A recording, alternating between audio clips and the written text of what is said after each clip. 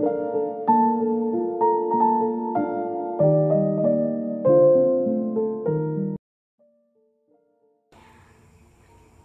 araw. Nais ko lang ibahagi ang istoryang to sa inyong programa.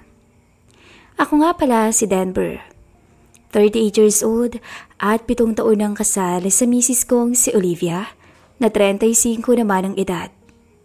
May uniko iho na ako na 7 taong gulang at ito ang kwento ng aking kataksilan. Hindi ito ang unang beses na napagtaksilan ko ang aking misis. Nagkaroon kami ng ugnayan ng aking katrabaho noon sa opisinang pinapasukan ko na hindi ko na ibabahagi pa sa inyo. Ngunit ang pangalawa kong pagtataksila sa kanya ay ang siyang hindi mabura-bura sa isip ko at talagang tumatak ng husto sa aking isipan. Hindi tumagal ang ugnayan naming dalawa. Ngunit masasabi kong kakaiba. Kakaiba pala kapag ang kapatid ng asawa mo ay nakatampisaw mo sa mundong makasalanan. Ako nga pala ulit si Denver at ito ang aking kwento. Simula nung magtaksil ako, nagsimula na rin akong tumingin sa iba. Kung dati ay pinipigilan ko pa ang sarili ko, ngayon ay napapalingon na rin ako kapag may maganda at sexy na napapadaan. Kahit pakasama ko si Mrs., pasimple pa rin akong tumitingin. Akala ko lasing lang ako noon, kaya ako nagawa nung pagtaksilan si Mrs. Kaya hindi ko nalabanan ng tukso. Pero hindi pala. Oo, nakukonsensya pa rin ako at minsan nagpipigil pa rin ako. Pero lagi akong natatalo ng aking kahinaan bilang lalaki. Hindi ko alam kung bakit. Pinagbibigyan naman ako ni Mrs. Nagsasawa na ba ako sa iisa at paulit-ulit? O sadyang ganito na talaga ako? Simula kasi nung makapag-asawa ko, pilit ko talagang pinigilan ang pagtingin ko sa ibang babae dahil alam kong hindi ako makakaiwas. Pero ngayon ay nag-iba na mula nang ako ay magtaksil. Sa halip na humupa ang nararamdaman ko, mas lalo pang tumindi ang pag-aasam kong makasubok ulit ng iba. Na kahit si Odette, ang nakababatang kapatid ni Mrs., ay hindi rin nakaligtas sa mapaglaro kong mata at isipan. Huli kong kita sa kanya ay 3 years ago pa. Sa kasal nila ng kanyang asawa ngayon na si Anthony. Wala pa silang anak nung panahon yun, kaya medyo payat pa siya. Ngayong may anak na siya, medyo naging chubby na to pero nasa tamang lugar naman ang mga taba niya. Actually, mas gumanda pa nga ang katawan niya nung mas naging malaman na siya. Wala pa rin talagang kupas ang ganda ni Odette. Kaka-31 niya pa lang noong nakaraang buwan. Pero mukhang nasa 20s pa rin. Siguro dahil na rin sa pananamit ito. Medyo iba siyang manamit kumpara kay Mrs. na conservative. Habang nag-uusap nga sila ni Mrs. sa dining area, hindi ko mapigilang tumingin dito. Naka-black na see-through shirt lang ito at sa loob nito ay black spaghetti strap na tank top. Nakatakin naman ang kanyang damit sa sapit niyang suot na jeans. Para siyang galing party, pero sa sariling bahay niya to talaga nanggaling. Kaya siya andito ngayon, kasi may pinag-awayan yata sila ng kanyang mister. Dinig na dinig ko kasi ang usapan nila ni Mrs. Gaga ka, ba't mo iniwan yung anak mo dun? Tanong ni Olivia na Mrs. ko. Kinakalaban ako ng bagaling kong biyanan eh.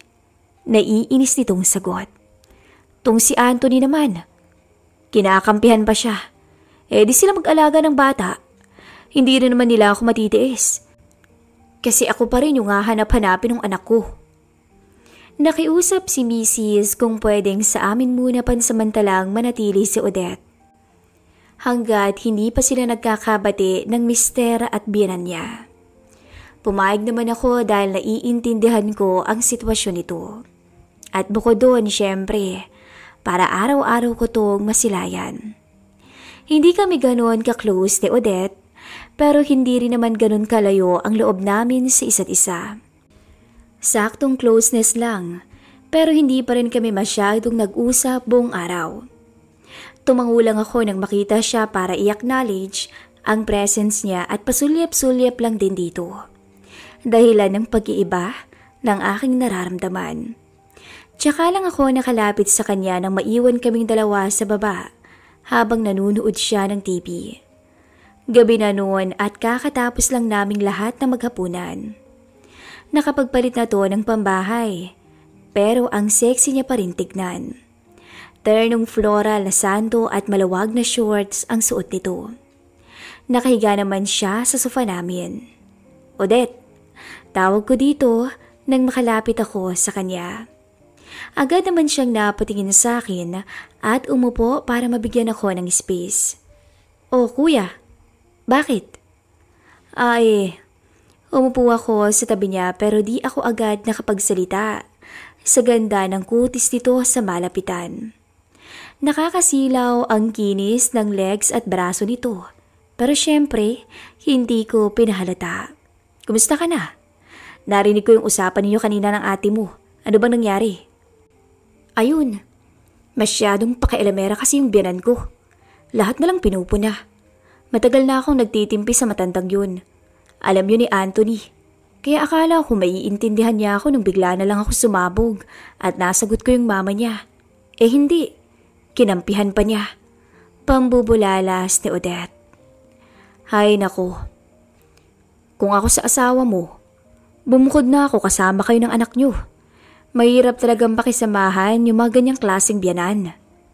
Kaya nga, ewan ko ba ron? Masyadong mama's boy. Para bang hindi siya makapagdesisyon pag wala ang mama niya. Pagpapatuloy nito. Buti ka pa. Marunong mag-isip.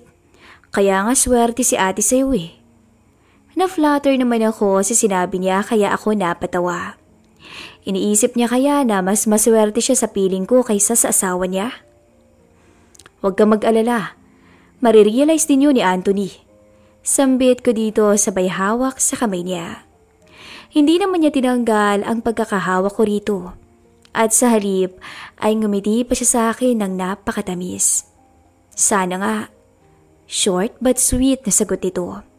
So, kwentuhan mo naman ako ng marriage life niyo ng ate ko. Wika niya. Napakwento nga ako. Nung una ay kung ano-ano lang ang pinag-uusapan at topic namin. Hanggang sa napunta na kami sa usaping kama. Casual lang ako nagkwento sa kanya, hindi detalyado. Pati pala sa kama, magaling ka. Si Anthony wala. Sambit nitong nakasimangot. Seryoso? Tanong ko dito. Oo, kaya nga, ang swerte sa'yo ni ate. Naku, sinasayang ka ng asawa mo kung ganun. Ang sexy at ang ganda mo pa naman. Natawa ng malakas si Odette. Sexy ka dyan. Tumaba na nga ako eh. Sexy ka pa rin. Kung asawa nga lang kita, hindi ka malulungkot sa akin. Napatigil naman bigla si Odette at ngumiti lang. Kaso hindi ko mabasa kung anong klaseng ngiti yun. Medyo naging awkward. Kaya kinabahan ako dahil baka lumagpas na ako sa pagpupuri sa kanya. Sorry. Na-offend ba kita? Pag-aalangan kong tanong dito. Hindi na-flatter nga ako eh. Hindi ko lang alam kung paano magre-react. Natawa to. Kinabahan ako ron sabi ko. Natawa lamang siya ulit. Bakit nga pala? Mas gusto ba ng mga lalaki yung ganito? Wika niya. I can't speak for everyone. Kasi lahat naman tayo may sari-sariling preference pero personally, mas gusto ko yung tulad ng sayo. Yung may taba. Casual na sagot ko dito. Marahan tong tumawa. Marinig ka dyan ni ate. Ano ka ba? Kahit ate mo mag-a-agree sa akin. Mahaba pa ang naging usapan namin ni Odette. At alam kong parehas kaming nadala sa usapang yun. Natawa ulit to ng malakas. Grabe, puro ka talaga bola. Aakyat na nga ako. Mamaya kung ano pa yung masabi mo. Natawa din ako. Totoo naman yung mga sinabi ko. Basta. Good night na ha. O sige, good night din. Sabi ko dito. Tumayo na ito bago ko siya ulit tinawag. Odette? Bakit? Napaharap ulit ito sa akin. Huwag mo sanang banggitin yung pinag-usapan natin sa ate mo. Don't worry, sa atin lang to. Anya sabay kindat sa akin. Ano kayang ibig sabihin ng kindat na yun? Inaakit niya kaya ako? Pagpasok ko sa aming silid ay nadatnan kong gising pa si Mrs. Pero sa tabi niya naman ay tulog ang aming anak na si Oliver. Mukhang tuwang-tuwa si Odette sa iyo ah. Anong pinag-uusapan niyo? Tanong ni Olivia. Nagtabihan ko na siya at yumakap sa kanyang bewang. Hindi naman ako kinakabahan kasi mahina naman kaming nag-uusap ni Odette kanina. Malakas lang talaga siyang tumawa. Walahan, nanunood lang kami. May kakaibang epekto kaya yung sinabi at kinuwento ko kay Odette kanina. Nai-imagine niya kaya at natuturn on kaya siya kaya tinigil niya yung usapan namin.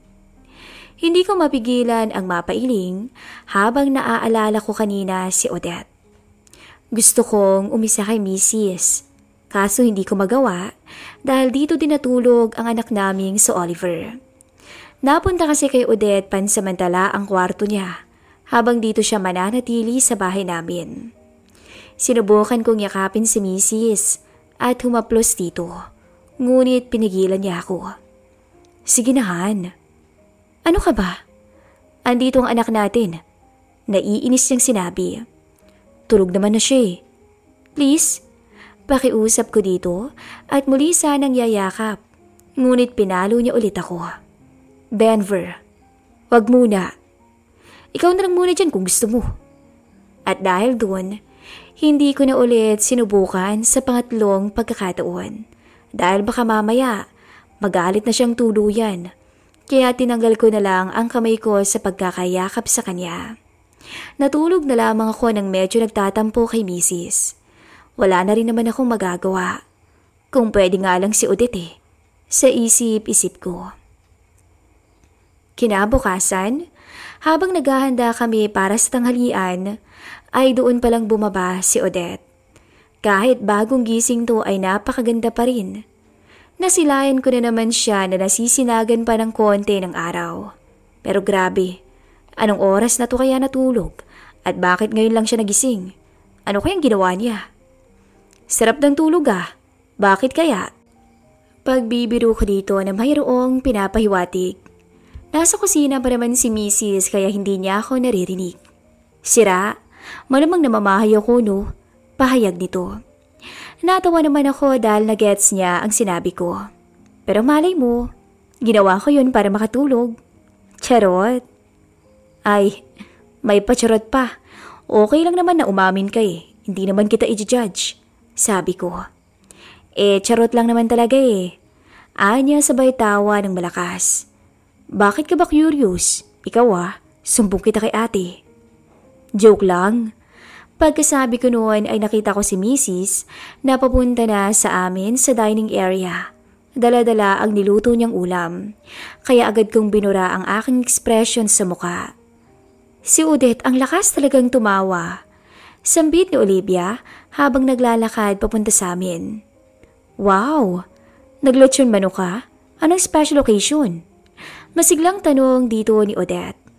Siyempre dahil sa'yo yun. Sagot naman ng misis ko. Sige wait lang ha. Kuhanan ko lang kayo ng plato. Sabi nito kaya naiwan na naman kami ni Odette. Bigla namang lumapit si Odette sa akin. Kunin ko lang yung sausawan kuya. Anya na may pagkamaynihin ng boses na may mapang-akit na tono. Hindi ko alam kung ginagawa niya talaga yun o nasa utak ko lang yun dahil nadadala ako ng husto. Nasa dulo ako ng dining table. At dahil konektado ang counter namin sa dulo ng dining table, hindi talaga maiwasang magkabungguan dahil malait lang ang space sa area na yun. Kaya naman nung dumaan siya sa harapan ko para kunin ng sausawan, ay hindi niya maiwasan na masagi ako. Ay, sorry May lambing sa tono nito nung sinabi niya yon. Hindi siya mukhang apologetic at hindi rin mukhang aksidente lang. Medyo may tinatago din pala tong kapilihan kahit may asawa na. Walang kamalay-malay ang misis ko sa mga nangyayari ngayon. Habang abalang-abala siya sa pagtitimpla ng juice, ay may namumuo naman na kaganapan sa asawa at kapatid niya. Nang makabalik si Olivia, ay kumain na kaming lahat ng tanghalian kasama ang anak namin.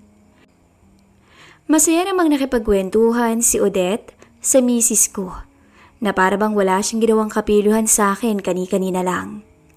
Sumali din ako sa usapan ng dalawa na parang wala lang ring nangyari.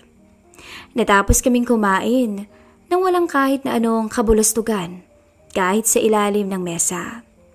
Ate, rinig kong tawag ni Odette. Naliligo na nga pala to. Ate, muli nitong tawag. Han, tawag ka ng kapatid mo. Sabi ko kay Mrs. na tinutulungan ng anak namin sa homework niya dito sa kwarto naming mag-asawa. Ay, Anya, agad siyang tumayo at pinuntahan si Odette. May CR kasi kami sa second floor na katabi ng kwarto ng anak namin. Doon siya naliligo kasi syempre hindi naman siya pwedeng maligo sa CR ng kwarto namin dahil nandito si Mrs. at ang anak namin. Pero kung ako lang, okay lang. Ate, pwede bang pabili ako ng keratin? Basa na kasi ako Nakalimutan kong bumili kanina. Sorry. Rinig kong sabi ni Odette. Malapit lang kasi ang CR sa kwarto namin. Tapos medyo nag-e-echo pa. Ay, sige. Walang problema. Salamat. Kahit isa lang muna. Mamaya na lang kita babayaran Naku, kahit wag na. Isa lang naman Wala naman atang gis yun. Sige, salamat ate Maya-maya pagkaalis ni Mrs. ay tinawag ulit to ni Odette. Ate. Wala na ate mo.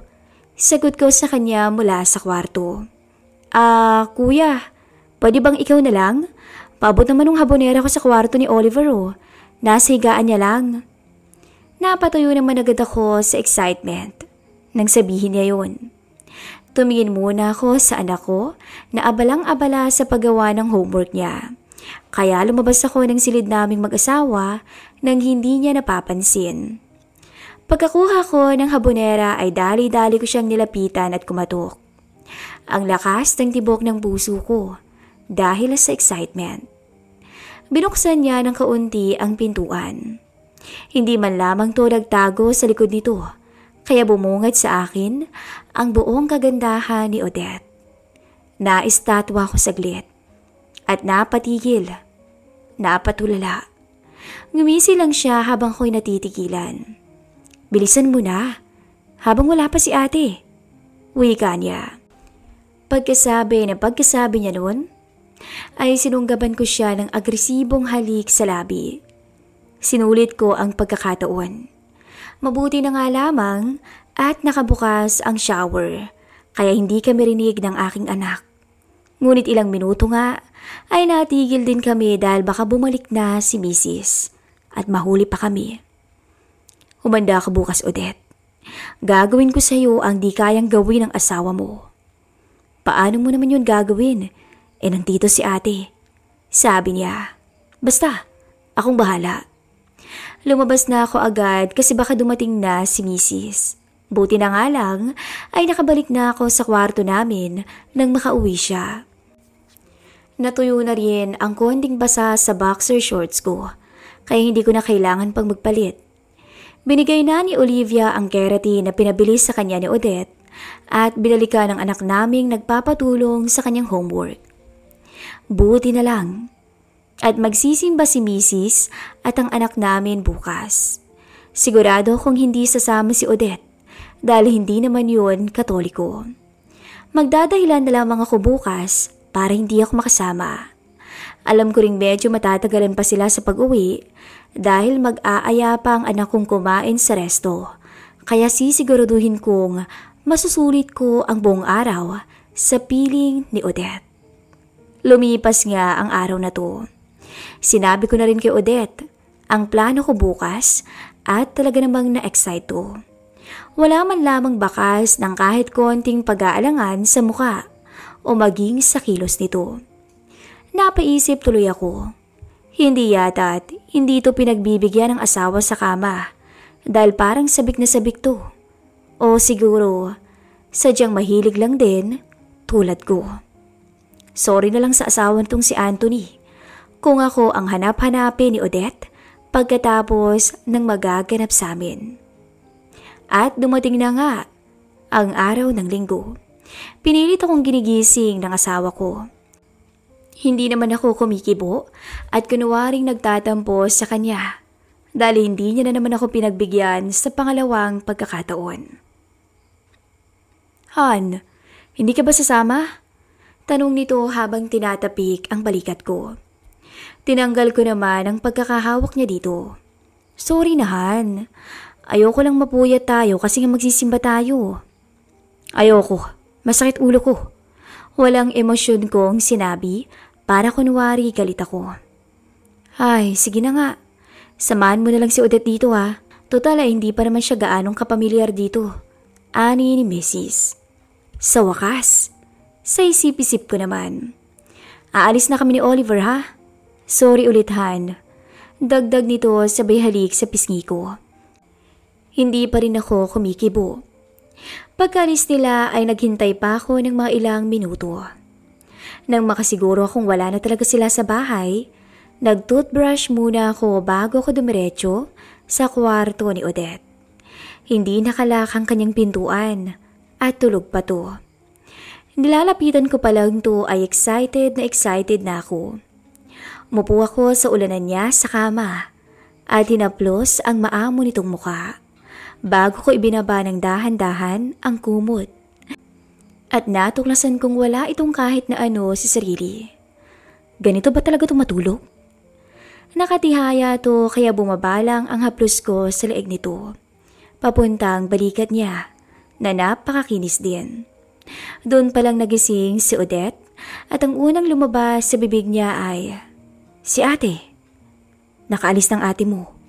Bulong ko dito.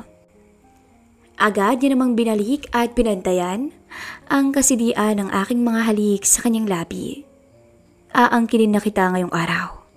Mapanukso kong pahayag dito. Pwede bang sa kwarto niyo na lang ni ate natin gawin? Tanong nito sabay hila sa aking muka para ipagdikit. Nag-iwan lamang to ng konting puwang. Gusto ko kasing dungisan ang kama ninyo para ako palaging maalala mo dun. Halika.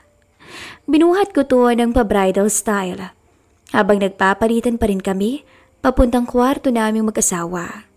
At mula doon ay inihagis ko siya sa kama namin. Doon ay hindi ko na napigilan pa ang aking sarili. Buong buo kong binigay ang lakas ko para sa kanya. Para punan yung pagkukulang sa kanya ng kanyang mister. Hindi ako makapaniwala na nasa ganung tagpo na kaming dalawa. Hindi namin napigilan ang gigil namin sa isa't isa. At sa puntong yun, talagang nanabik kaming pareho dahil na rin sa ilang araw naming pagpipigil sa aming mga sarili. Pawis na pawis kaming dalawa. Nakalimutan ko kasing iyon ang aircon o electric fan man lamang. Paglipas ng ilang minuto, at dahil wala pa kaming almusal, bukod sa isa't isa, bumaba muna kami ni Odette para magluto. Pinalitan ko na rin ang punda namin. Kailangan na rin talaga naming magpalit ang punda dahil ilang linggo na kaming hindi nakakapagpalit. Ayos yun, para maisip naman ni Mrs. na may ginawa ako sa bahay.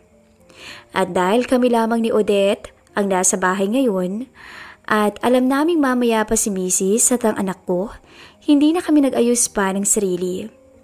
Habang nagluluto si Odette, ay sinabayan ko to ng kapiluhan. Denver, nakikiliti ako. Mas mukha kang masarap kaysa sa niluluto mo eh. Natawa lang to sa sinabi ko. Parang mag-asawa kami kung magharutan. Hindi ko nga to nagagawa sa asawa ko dahil naiinis siya. Ayaw niyang magpaistorbo kapag may ginagawa siya. Kaya okay lang. Kapatid niya na lamang ang iistorbohin ko. Pagkatapos naming kumain ay muli naming pinagsaluhan ang isa't isa. Hindi rin nagtagal ay nakarating na rin si Mrs. at ang anak namin. Mabilis kaming nag-ayos noon ng sarili ni Odette matapos ay pinagbuksan namin sila. Nagkaayos naman kami ni Mrs. dahil may dala itong pasalubong. Pati na rin si Odette ay dinalhan nila. Hindi ako nagkamali na dumaan pa nga sila sa resto pagkatapos na magsimba. At tulad kahapon, mabilis lumipas ang araw. Hindi na rin ako nagyaya pa kay Mrs. dahil nakontento na ako kay Odette. At dahil housewife lang ang Mrs. ko, medyo nahirapan kami ni Odette na lumusot. Hindi naman ako pwedeng masyadong magpuyat sa gabi dahil may trabaho ko kinabukasan. Kaya naman, nung minsang mag-half day kami sa trabaho, ay dumaan muna ako sa hotel at doon na ako kinita ni Odette. Ang dinahilan niya ay mag-SM lang daw to para maaliw-aliw. Walang kaalam-alam si Mrs. sa milagrong nangyayari sa amin ng kapatid niyang si Odette. At pag-uwi namin ay syempre hindi kami sabay pumasok ng bahay. Bumaba siya sa may kanto para hindi makita ni Mrs. ang sasakyan ko. At naghintay naman ako ng kaunti nang makapasok na siya sa loob bago naman ako sumunod. Isang linggo lang nanatili si Odette sa amin dahil tinawagan na siya ng asawa niya na nakikipagbati na at ang nanay nito. Nakiusap din sila dito na umuwi na siya at wala namang magawa si Odette dahil kailangan din siya ng anak niya. Ako na ang nagatid sa kanya sa sakayan. Pero syempre, dumaan muna kami sa munting hotel para good mood siyang uuwi sa asawa niya. Habang nasa kalagitnaan nga kami, ay tumawag ang mister niya na sinagot naman ni Odette. Pasensya na talaga sa lahat, sweetheart. Dinig kong sabi ni Anthony sa kabilang linya. Sweetheart, andyan ka pa ba? Oo, okay lang yun, sweetheart. Sweetheart, teka lang ha. Nakakagatlabi na wika ni Odette. Sweetheart, sabi mo malapit ka na, nasan ka na ba? Oo sweetheart, pero dumaan lang muna ako ng grocery. Sorry, medyo choppy kasi eh. Sige, okay lang. Mamili ka muna dyan. Mag-iingat ka ha? I love you. Salamat. I love you too. Anya bago putulin ang linya. Napakasweet naman. Kung alam lang ng asawa nito ang katotohanan. Matapos ang lahat. Salamat kuya. Uuwi ako sa aming blooming. Dahil sa'yo, sambit ni Odette habang natatawa. Natawa din ako sa sinabi niya. At napaisip, dahil baka nga uuwi din tong dala ang magiging anak namin. Hanggang dito na lamang po ang aking istorya at sana'y nag-enjoy kayo sa pakikinig.